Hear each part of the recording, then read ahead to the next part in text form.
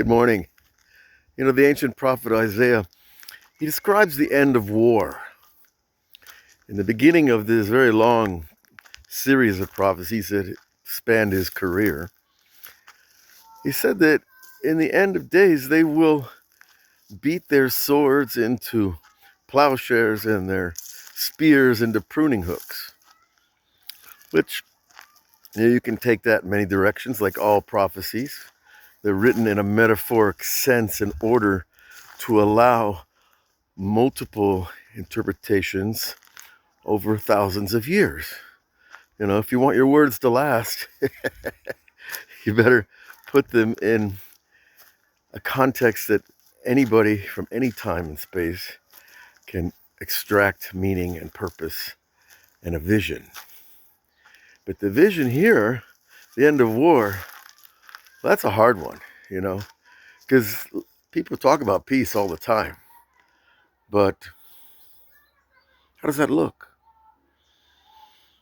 I'm trying to get to my plowshares and my pruning hooks to take care of this fall weather. This got a lot of trees to trim, a lot of plants to help out, maybe some gardens to tend. But I don't see, what does that mean? We're not using swords and spears anymore. We're using long-range missiles of every size, shape, speed, and explosibility, right? And we throw a bunch of missiles at them, and they throw a bunch of missiles at us. And regardless of that I'm Jewish or Islam, whether I'm right or wrong in my position, in my narrative, because everybody's got a narrative. Some narratives, seem blatantly false. Some narratives have the ring of truth. But let's not even go there. Let's just ask the simple question, where does it go at all? Day after day for over a year, we're sending, responses to their attacks. It seems like they started the attack, so we respond. And then they say that, well, we attack them, so they respond. So it's just like a reversing of the order. Who punched who first? It's like 10-year-olds in the schoolyard. Or the teacher comes and breaks up the fight. Well, who hit who first? Who started this? Like, we need to know that to assign blame. But we're not 10-year-olds.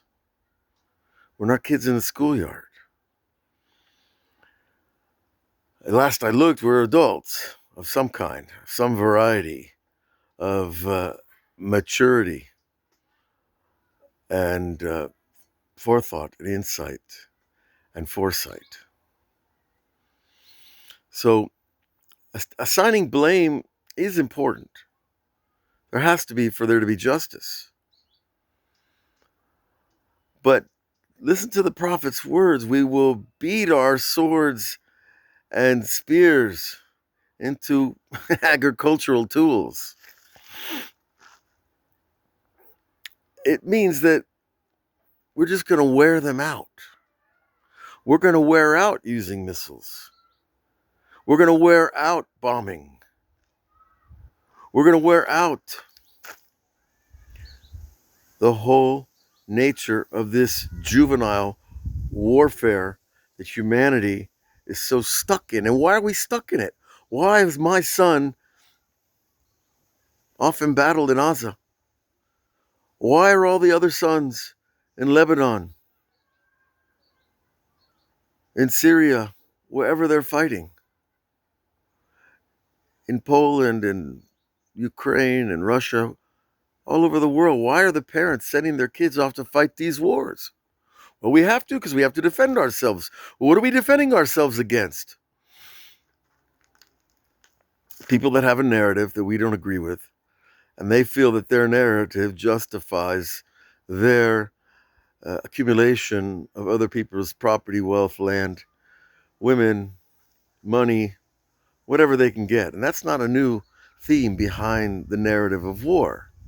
right? That people are actually it's a violent way of acquiring things, acquiring power. And ultimately, if you look at the history of your opponent, of your enemy, you will see exactly what his intention is. Okay, but what do we learn from all of this?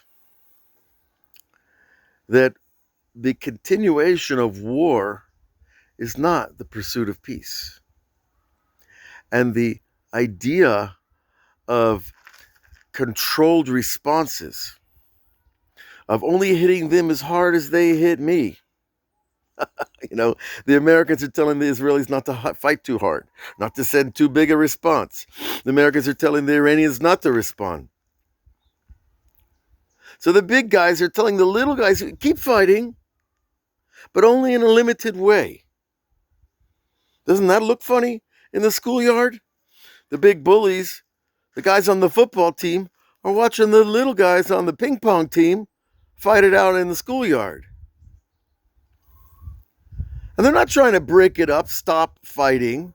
Or they say they are, but they don't have a strategy that actually works. Because one of the guys in the schoolyard will fight until he is killed. And that is what a martyr-based theology is. I want to die for God.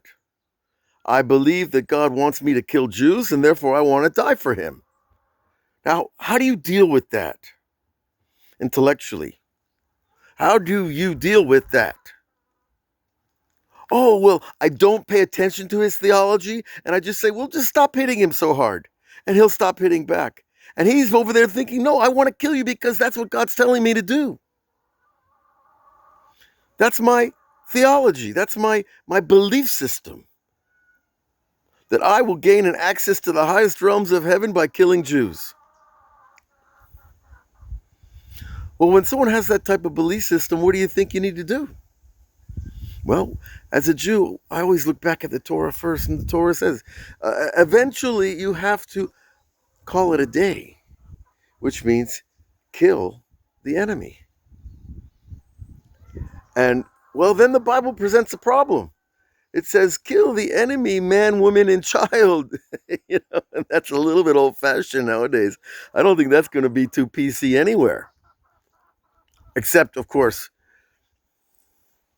in the people that believe that their mitzvah, their command is to kill Jews. They'd be very happy to see this land, the land of 7 million Jews,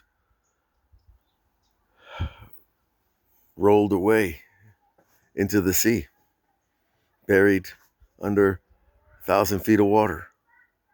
They'd be very happy, men, women, and children. They proved that on October 7th. We are trying to be modern. We're trying to work it out on a level that's above that level, a higher level that says, no, let's be fair. Let's find a peace deal. And they don't want peace. They really don't want peace. And yet the West refuses to accept that. So, and the West refuses to look at the Bible and say, how do you deal with these people? How did they deal with them in the past? And so the story just keeps on unfolding. The big guys keep sponsoring the little guys to keep fighting. Now, in the schoolyard, it's kind of it's a pretty shabby type of entertainment to keep the little guys fighting so you can sit back and, smoke your cigar and watch the guys in the ring, slug it out. It's like the heavyweights are saying, no, we're not going to fight anymore. That hurts. I get punched. I don't want to get punched. You guys punch each other and I'll watch. I'll even pay you to fight. That's what boxing is. We have this thing in us that likes to watch people fight. And it happens on a global scale, unfortunately, and certainly on a national scale. So we go back to Isaiah again. Yeshayahu the prophet was considered one of the greatest of the great of all time. And we quote his words all the time, and not just the Jews.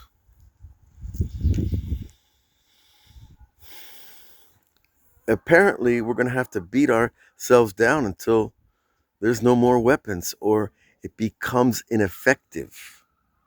It becomes economically ridiculous to spend billions and billions of dollars to take out a fort or to take out a battery of anti-aircraft missiles. They're spending millions and millions of dollars to throw rockets in the field or land in the ocean or to chip a block off of an old folks home in Netanya. What, what's going on? You guys spend a lot of money trying to kill Jews. And so we spend a lot of money trying to take away your capacity for killing Jews, and nothing is solved. And it's just very expensive. And it keeps the rich getting richer and richer, and keeps the poor getting poorer and poorer. And the middle class is just swallowed up somewhere along the way. This has been going on for a long time. But at a certain point, I think there needs to be a change, a sea change. You know, when the wind changes and you go a different direction, and the wind changes, we put down the weapons. Put down the weapons, or we put down the ones who won't put them down. And so far, our enemy has not proven trustworthy in any agreement over the last, 77 years that this country's been here. And you can say, well, we have peace with Egypt. I'm not sure we have peace with Egypt when they're letting their border be used to import weapons for decades, to empower people like Hamas and Islamic Brotherhood and the jihadists of all flavors and stripes. And, you just pick up a gun, you're a jihadist, when you want to kill a Jew. Doesn't matter who your friends are, who your commander is. So, folks, the real direction here, of course, is to accept who the enemy is and to respond accordingly. And the Bible tells us there's going to be lines that are going to have to be crossed. There's going to be a reality that most people will find shocking until they see what peace really looks like. I want to bless us all with peace. We've just left the holidays of Tishrei, a wonderful time of celebration of the new year, the Day of Atonement, sitting in the booth for the festival of the ingathering, of the crops, but it's also the ingathering of the Jews. And of course, dancing with the Torah. And so all these festivals are coming at a very strategic time. And we should look at that as well, because that's teaching us God's way of doing things. We can celebrate and have war at the same time, because that celebration is God's victory. And in war, when the Jews win, that's also God's victory. And choose the right side. Like I say over and over, be careful, who you choose. If you pick the wrong side, even if you're a good person, and I believe there are many, many billions of good people out there that are misinformed and are picking the wrong side. And on the wrong day, the wrong time, they will be in the wrong place. And it starts in the heart, where we choose right or wrong. Because the whole setup, the whole historical process that's been taking place for 2,000 years is the clarification of who we are as individuals, as communities, as nations, and as a race. Do we choose good and do we choose God? Or we choose all the darkness on the other side? God bless you all.